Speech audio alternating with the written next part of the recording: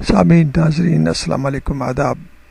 Infection control society کے صحت.نیٹ channel سے آپ کا میزبان ڈاکٹر حسن نواب آپ سے مخاطب ہے۔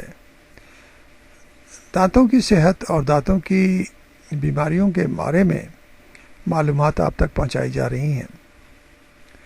جیسا کہ ہم نے پہلے بتایا کہ یہ تو طے ہے کہ دانتوں کے تمام تر امراض کی بنیادی وجہ دانتوں اور مسوڑوں کی صفائی سے غفلت برتنا ہے۔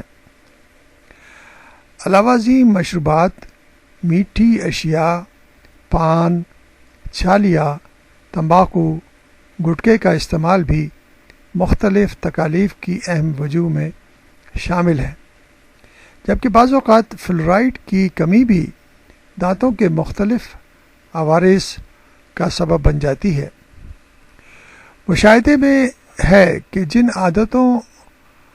جن علاقوں میں فراہم کی جانے والے پانی میں فلورائڈ کی مقدار کم ہوتی ہے، وہاں دانتوں کے امراض کی شرح بلند ہوتی ہے۔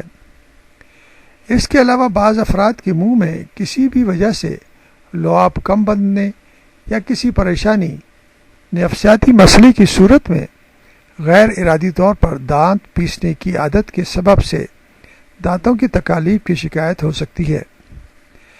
اس حوالے سے ایک تحقیق کے مطابق لگ بھگ 50% افراد زندگی کے کسی بھی موڑ پر دانت پیسنے کی عادت میں مبتلا ہو جاتے ہیں، جس سے نہ صرف ان کے دانتوں کی سطح کھردری پڑ جاتی ہے بلکہ ان کی ان میں دراڑیں بھی آ جاتی ہیں۔ کچھ افراد کے دانتوں میں خلا بھی ہو جاتا ہے، جس کی وجوہ میں بچپن میں انگوٹھا چوسنا یا زبان کے نیچے بار بار دانتوں کو آگے کی جانب دھکا دینا وغیرہ شامل ہیں۔ بعض اوقات مسوڑوں کی مختلف بیماریاں بھی دانتوں میں خلا پیدا کر دیتی ہیں۔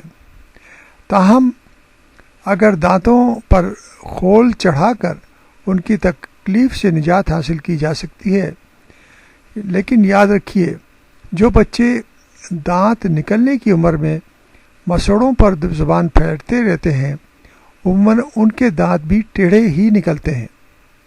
لہٰذا اس جانب ماؤں کو خاص توجہ دینی چاہیے۔